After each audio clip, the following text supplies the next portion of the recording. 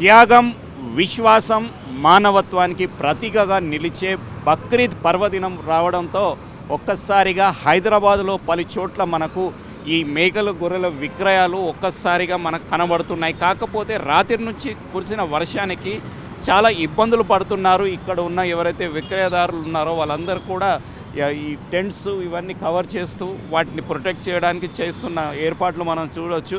Even business కూడా అంత బాగా లేదని చాలామంది చెప్తున్నారు. అంతేకాకుండా ఇక్కడ కొనడానికి వచ్చిన వాళ్ళు కూడా వాళ్ళు చెప్తున్నది ఏంటంటే ఈ రేట్స్ ఏవైతే పెట్రోల్ డీజిల్ రేట్స్ ఎక్కువ అవడంతో కూడా ఈ పరిస్థితులు ఉన్నాయి. మనం కొంతమంది ఇక్కడ ఎవరైతే బిజినెస్ మెన్ ఉన్నారో వాళ్ళని అడిగి తెలుసుకునే ప్రయత్నం చేస్తాము. ఈసారి వాళ్ళకు ఎలాంటి ఇబ్బందులు ఉన్నాయి, అంతేకాకుండా కొనడానికి వచ్చే వారిని కూడా మన ఆ భక్తులను కూడా అడిగి తెలుసుకునే ప్రయత్నం చేద్దాం. భయ్యా బోలియే आपका नाम क्या है? मेरा नाम मोहम्मद हसन है। फाइनेंस लेके पैसे लगा के कारोबार कर रहे हैं।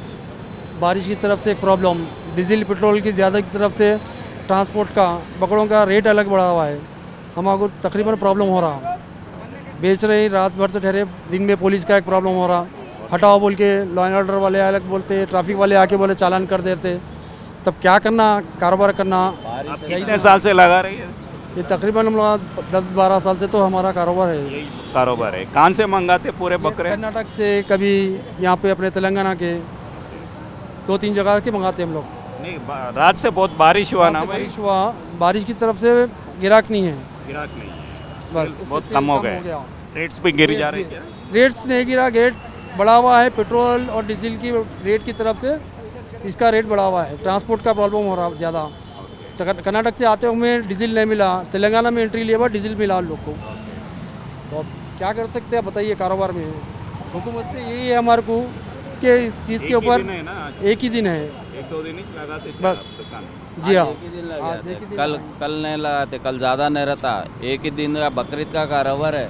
इधर ला के खाली दुनिया का किराया हो गया गाड़ियों का। बारिश शाम से पड़ रहा, परेशान है आदमी, व्यापारी लोग परेशान है। आओ भाई। Hi sir, good morning sir. My name is Mohammad Ashraf sir. मैं हर साल यहाँ पे जो है जानवर बेचता हूँ। मैं कर्नाटक से माल मंगाता हूँ।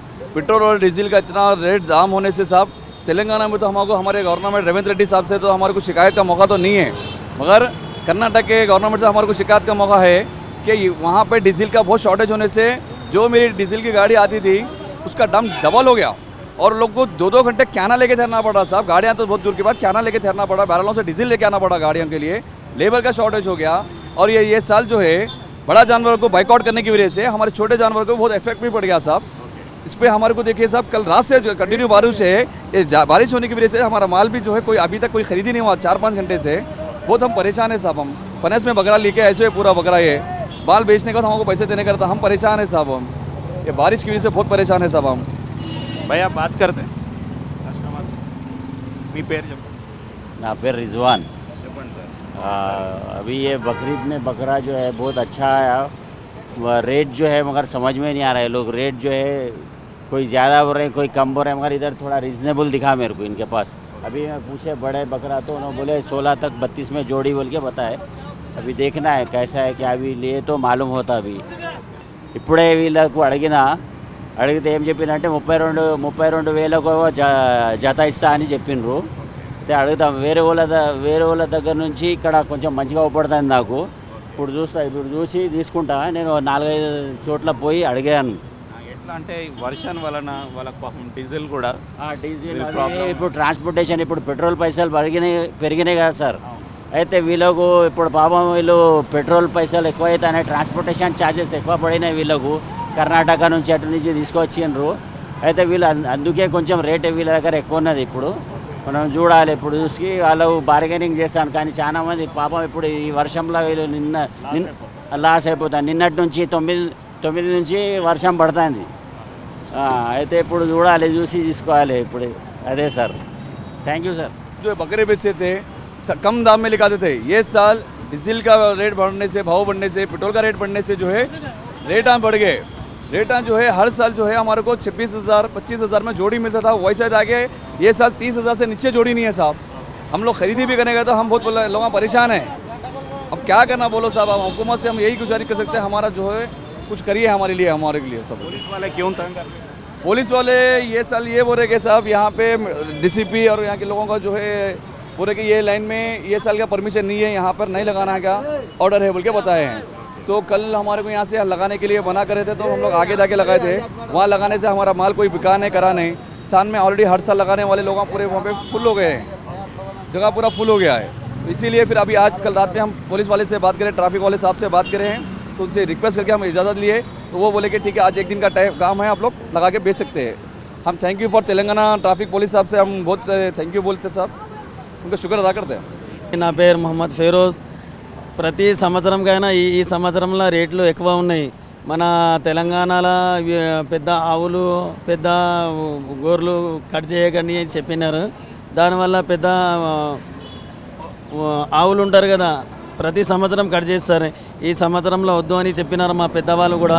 కానీ గోర్లు చిన్న చిన్న మేకలు కట్ చేయమని చెప్పినారు. మేకల రేటు ప్రతి సంవత్సరంకైనా ఈ సంవత్సరం కొంచెం ఎక్కువనే ఉంది. కానీ మేము రేట్ ఎక్కువ ఉంది అని కొంటలేమని కొంటున్నాం, కోస్తున్నాం. మన బక్రీద్ పండుగ కూడా హాయిగా చేయొచ్చు. అంటే లాస్ట్ టైం కంటే ఎక్కువనే సార్? కొంచెం ఎక్కువ ఉంది కానీ రేట్ ఎక్కువ ఉంది అని మేము కొంటున్నాం. మనతో పరిగి ప్రాంతం నుంచి వచ్చిన రైతు ఉన్నాడు, అడిగి తెలుసుకుందాం ఈసారి బక్రీద్కి వాళ్ళు ఎన్ని మేకలు ఎన్ని గొర్రెలు తీసుకొచ్చారో, అసలు ఈసారి ఏమైనా గిట్టుబాటు ధర వాళ్ళకు పడుతుందా ఏంటి, ఆ విషయాలు అడుగుదాం. మీ పేరు చెప్పండి. కృష్ణాజీ. అమ్మా? కృష్ణాజీ. కృష్ణాజీ ఏ ఊరు నుంచి? మా మోత్కూర్. మోత్కూర్ పరిగి దగ్గరనా? పరిగి దగ్గర. ఇట్లా ఎన్ని సంవత్సరాల నుంచి వస్తున్నారు? ఇట్లా 3 సంవత్సరాలు. 3 సంవత్సరాల. ఈసారి ఎన్ని మేకలు తెచ్చారు? ఈ సంవత్సరం 50 తెచ్చినాం, 25 పోయినాయి. 25 పోయినాయా? ఇంకెన్ని ఉన్నాయి? ఇంక 25 ఉన్నాయి. 25.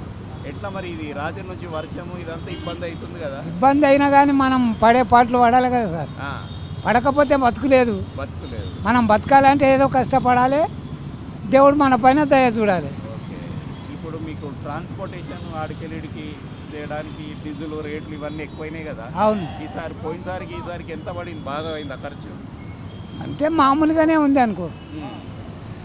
ఓకే. ఎప్పుడు ఇన్నే పెడతారా? ఇక్కనే. ఆ?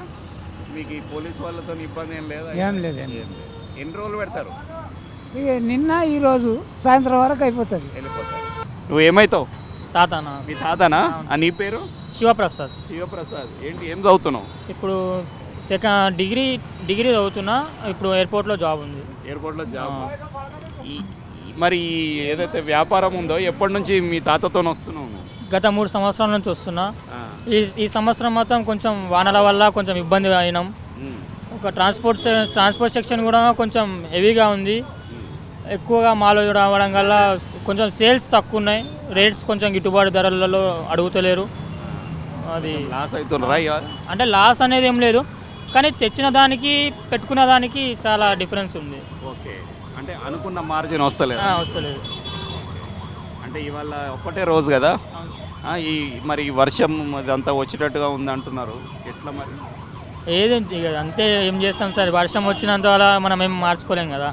అంటే ఎప్పుడన్నా ఇట్లా అయిందా గతంలో? సార్ 2 సంవత్సరాల నుంచి కూడా వర్షాలలోనే వచ్చాం, వర్షాలలోనే అమ్ముకున్నాం. ఓకే. ఏమన్నా అంటే మీరు అన్ని అమ్ముడు పోతాయా లేదా వదిలేసిపోతారా? కొన్ని అట్లనే తీసుకోవాలి సార్. గిట్టుబాటు ధరలు వస్తే అమ్ముకుంటాం, లేదంటే మిగతా మళ్ళీ వచ్చే సంవత్సరం కూడా పెట్టగలుగుతాం. అప్పటి వరకు మళ్ళీ తీసుకొని రీసేల్ వెళ్తాం. సో ఇది పరిస్థితి. మనం చూసుకున్నట్టయితే ఈసారి ఈ మేదీపట్నం, తోలిచౌకి ఈ ఏరియాలలో, అత్తాపూర్ ఏరియాలలో రైతులు, మనం తెలంగాణ ప్రాంతానికి సంబంధించిన ఇటు పరిగి ఈ ప్రాంతం నుంచి కూడా రైతులు వస్తున్నారు. ఇక్కడ వాళ్ళు విక్రయాలు చేస్తున్నారు కొన్ని సంవత్సరాలుగా. సో ఈసారి ఏది ఏమైనా ఇబ్బందులు కాస్త ఉన్నప్పటికీ కూడా వాళ్ళు వ్యాపారం చేసుకునే వెళ్తాం మేము. ఎందుకంటే ఇక్కడికి వచ్చేదే మేము ఈ వ్యాపారానికి ఈ ఏడాదికి ఒకసారి కాబట్టి మేము చేసుకొని ఎట్టి పరిస్థితుల్లో వెళ్తాం. కొంచెం గిట్టుబాటు అటు ఇటు అయినా అని చెప్తున్నారు. సో ఇది బక్రీద్కి సంబంధించిన ఏదైతే మేకలు గొర్రెల విక్రయాలు ఏదైతే జరుగుతున్నాయో మేదీపట్నం ఏరియాలో ఇది పరిస్థితి.